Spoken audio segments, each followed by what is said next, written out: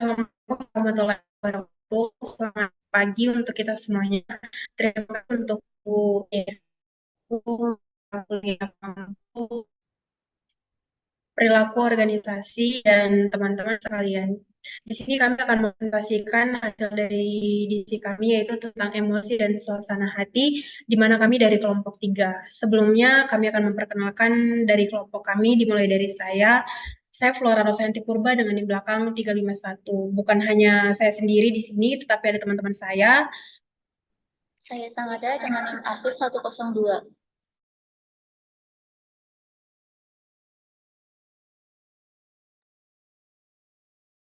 Saya Alfi dengan NIM terakhir 296. Saya Ulas Navita Nantri dengan NIM akhir 309.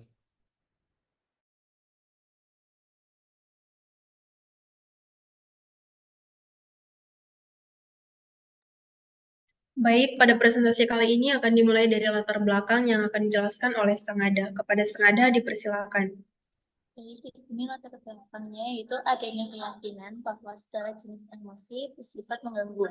Mereka beranggapan bahwa emosi negatif yang kuat, khususnya kemarahan, dapat mengganggu kemampuan karyawan untuk bekerja secara efektif. Mereka jarang memandang emosi dapat bersifat konstruktif atau mampu meningkatkan kinerjanya. Dan beberapa emosi khususnya ketika diekspresikan pada waktu yang salah dapat mengurangi kinerja karyawan. Tetapi ini tidak mengubah fakta bahwa karyawan membawa sisa-sisa emosional ke tempat kerja setiap hari. Next.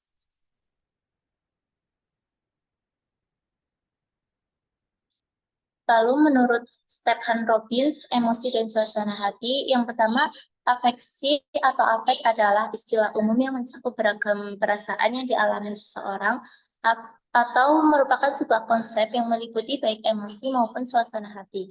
Yang kedua, emosi atau emotion adalah perasaan-perasaan intens yang ditujukan kepada seseorang atau sesuatu. Yang ketiga, suasana hati atau mood adalah perasaan-perasaan yang cenderung kurang intens dibandingkan emosi dan seringkali meskipun tidak selalu tanpa rangsangan konstekstual. Next. Lalu kebanyakan ahli yakin bahwa emosi lebih cepat datang dan pergi dibandingkan dengan suasana hati. Contohnya ketika seseorang kasar kepada kita akan merasa marah. Emosi intens ini mungkin datang dan pergi dengan cepat dalam hitungan detik atau menit. Ketika Anda dalam suasana hati yang buruk, maka kita dapat merasa sedih selama beberapa jam. Lalu sebaliknya, ketika suasana hati biasanya tidak diarahkan pada seseorang atau peristiwa, maka emosi dapat berubah menjadi suasana hati saat kehilangan foto pada peristiwa atau objek yang memulai perasaan itu. Next.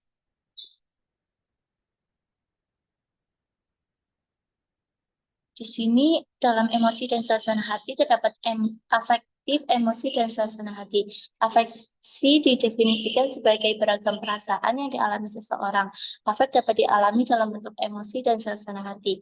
Lalu yang kedua ada emosi yang disebabkan oleh kejadian spesifik, sangat cepat durasinya, biasanya dalam detik atau menit, lalu spesifik dan banyak, seperti kemarahan, rasa takut, kesedihan, kebahagiaan, rasa jijik, atau rasa terkejut. Lalu biasanya disertai dengan ekspresi wajah yang jelas dan berorientasi pada tindakan. Yang terakhir ada suasana hati, yang biasanya penyebabnya seringkali umum dan tidak jelas, berakhir lebih lemah dari emosi, biasanya dalam beberapa jam atau hari, lebih umum dari dua dimensi utama afeksi positif dan afeksi negatif yang terdiri dari berbagai emosi spesifik dan biasanya tidak diindikasikan oleh ekspresi yang jelas dan bersifat kognitif. Lalu next. Lalu yang di sini ada emosi dasar, yang merupakan emosi meliputi rasa marah, benci, sedih, cemburu, takut, frustasi, tidak setuju, malu, terkejut, bahagia, berharap, gembira, suka, bangga, atau antusias. Dan sejumlah penelitian psikologi mencoba mengidentifikasi emosi dasar dengan mempelajari ekspresi wajah. Tetapi dalam pendekatan ini beberapa emosi terlalu kompleks untuk secara mudah diekspresikan melalui wajah. Budaya setempat juga memiliki norma-norma yang mengatur ekspresi emosi, sehingga cara kita memahami sebuah emosi tidak akan selalu sama dengan bagaimana kita menunjukkannya. Sekian, saya kembalikan ke moderator.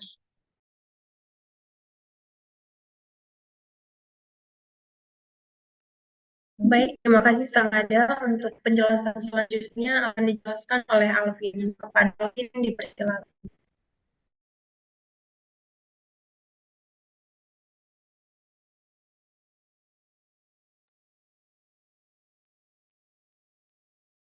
Suasana hati dasar afeksi positif dan negatif. Afeksi positif sebagai suatu dimensi, suasana hati yang terdiri atas emosi-emosi positif, seperti bersemangat, kewaspadaan, kegembiraan pada ujung tertinggi, dan kepuasan, ketenangan, dan kedamaian pada ujung terendah.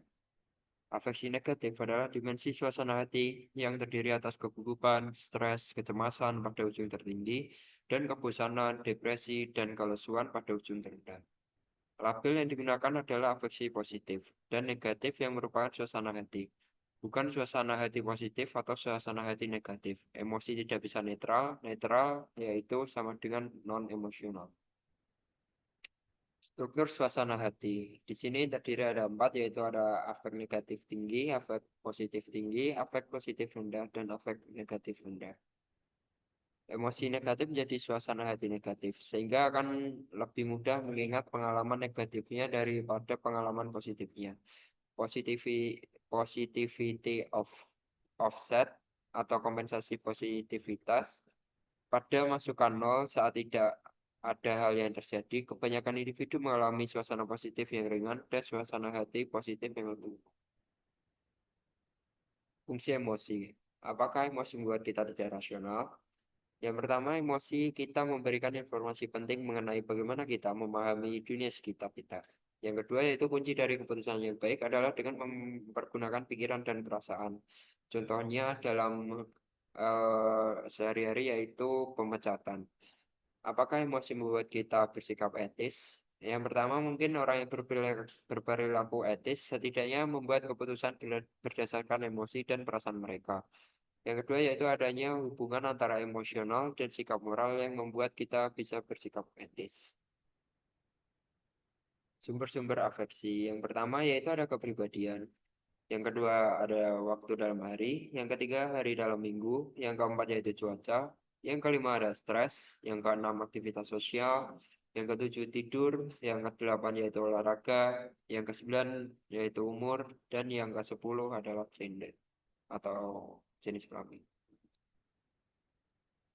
Emosi bekerja, sebuah situasi di mana seseorang bekerja menampilkan emosi yang diinginkan organisasi selama interaksi-interaksi interpersonal di tempat kerja. Konsep emosi bekerja ini muncul dari studi atas pekerjaan jasa. Disonansi emosi adalah inkonsistensi antara emosi yang dirasakan orang dan emosi yang ditampilkan. Emosi bekerja menciptakan dilema bagi pekerja, contohnya yaitu adalah pekerjaan pramugari. Felt emotion yaitu emosi aktual individu, sedangkan disfelt emotion adalah emosi yang dituntut oleh organisasi untuk ditunjukkan oleh pekerja dan dianggap pantas untuk pekerjaan itu. Diharapkan menampilkan emosi-emosi positif seperti kebahagiaan dan semangat, serta meredam emosi-emosi negatif seperti rasa takut, amarah, jijik, dan rasa tidak suka. Surface acting. Surface acting yaitu menyembunyikan perasaan terdalam seseorang dan menyembunyikan ekspresi emosional sebagai respon terhadap aturan penampilan. Contohnya yaitu seorang pekerja tersenyum kepada pelanggan walaupun pada saat itu ia tidak ingin melakukannya. Lalu ada mencoba untuk memodifikasi perasaan di dalam diri yang sebenarnya berdasarkan aturan-aturan. Contohnya yaitu seseorang penyedia pelayanan kesehatan yang berusaha secara tulus merasakan empati terhadap pasiennya. Saya kembalikan ke moderator.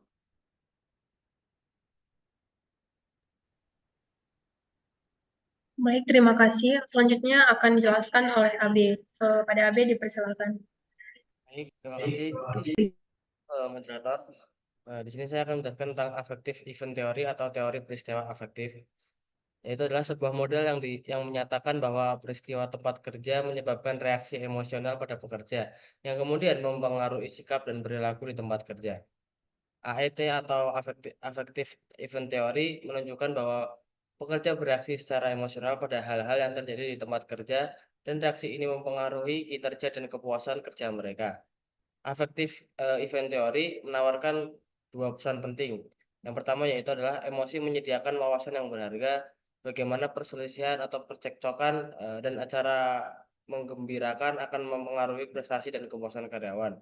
Lalu yang kedua, ada karyawan dan manajer seharusnya tidak mengabaikan emosi dan peristiwa yang menyebabkannya, bahkan ketika muncul hal sepele atau hal kecil karena hal tersebut berakumulasi. Lalu di sini ada affective event theory, seperti apa di gambar yang bisa audiens lihat, yaitu adalah di lingkungan kerja sendiri, yaitu ada karakteristik pekerjaan, tuntutan pekerjaan, syarat untuk kerja emosional. Itu mengarah kepada peristiwa-peristiwa kerja seperti percekcokan harian dan kegembiraan harian. Lalu yang mengarahkan lagi kepada reaksi emosional, tergantung emosinya. Emosi bisa yang sudah dijelaskan Alvin tadi, ada emosi positif dan negatif. Lalu di sini muncul kecenderungan pribadi, yaitu ada kepribadian dan suasana hati. Lalu dari reaksi dan emosional itu, dari positif dan negatif, bisa dibagi lagi menjadi dua, yaitu keputusan kerja dan penampilan kerja. Lalu selanjutnya ada kecerdasan emosional. Kecerdasan emosional adalah kemampuan seseorang untuk mendeteksi dan mengelola petunjuk serta informasi emosional. Dalam kecerdasan emosional, seseorang seharusnya memahami emosional dalam dirinya sendiri dan orang lain, lalu memahami tentang makna emosional tersebut, lalu mengatur emosional seseorang dan model alur. Dan beberapa penelitian menyatakan bahwa eh, emosional kecerdasan emosional atau emotional intelligence memainkan peran penting dalam kinerja pekerjaan. Selain itu, mengatakan keberhasilan dan kegagalan dievaluasi dari 6 kualitas, yaitu ada komunikasi, organisasi, kemampuan berpolitik, pandangan ke depan, dan pengetahuan dan kecerdasan emosional atau emotional intelligence. Emotional intelligence mengkarakteristikan kinerja tinggi. Lalu untuk kasus-kasus yang mendukung kecerdasan emosional atau emotional intelligence, yaitu adalah dari daya intuitif. Intuisi menyatakan orang-orang yang dapat mendeteksi emosi orang lain, mengendalikan emosinya sendiri, dan mengendalikan interaksi sosial dengan baik, dan mempunyai posisi yang kuat dalam dunia bisnis. Kecerdasan emosi mempengaruhi 85% pemimpin dengan kinerja terbaik. Lalu ada memprediksi kinerja.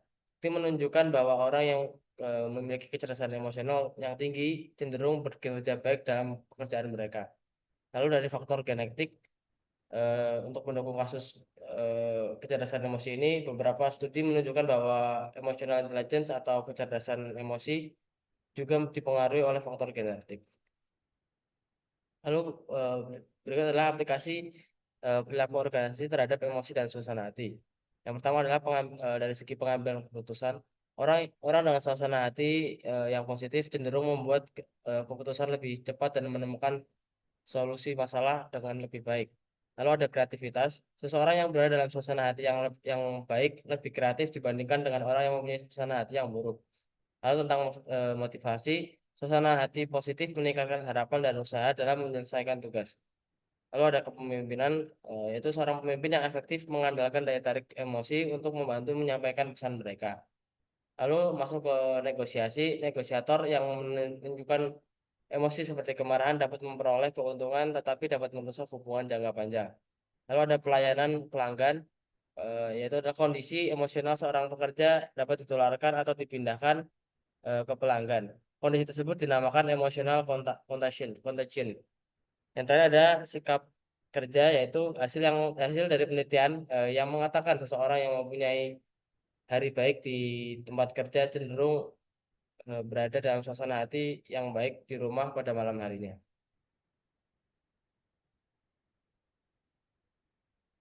Lalu ada pun studi kasus yang untuk kasus dari bab kita ini, yaitu adalah sebuah studi kasus pada tahun 2023 pada karyawan PT Brilliant E-commerce berjaya menemukan bahwa suasana hati dipengaruhi oleh faktor internal dan eksternal yang pada akhirnya mempengaruhi pola kerja mereka.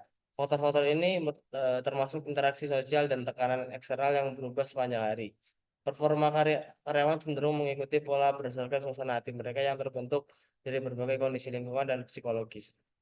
Lalu indikator keberhasilan kerja dalam kasus ini dievaluasi berdasarkan bagaimana suasana hati positif dapat meningkatkan produktivitas, kualitas kerja, dan kepuasan dalam menjalankan tugas sehari-hari. Penelitian ini menggarisbawahi juga pentingnya keseimbangan emosi dan peran faktor psikologis dalam mendorong performa optimal di tempat kerja. Sekian penjelasan dari saya kembalikan lagi kepada moderator.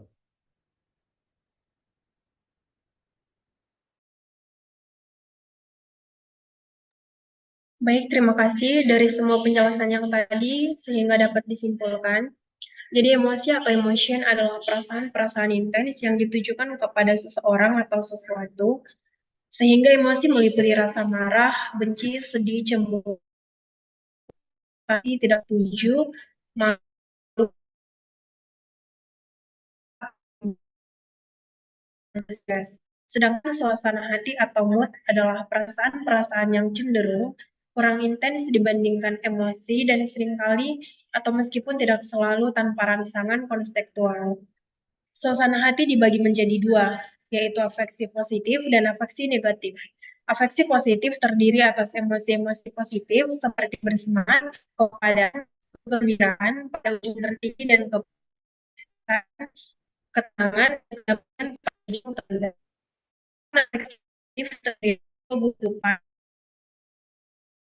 tertinggi dan kebosanan, depresi dan lesu pada ujung terendah.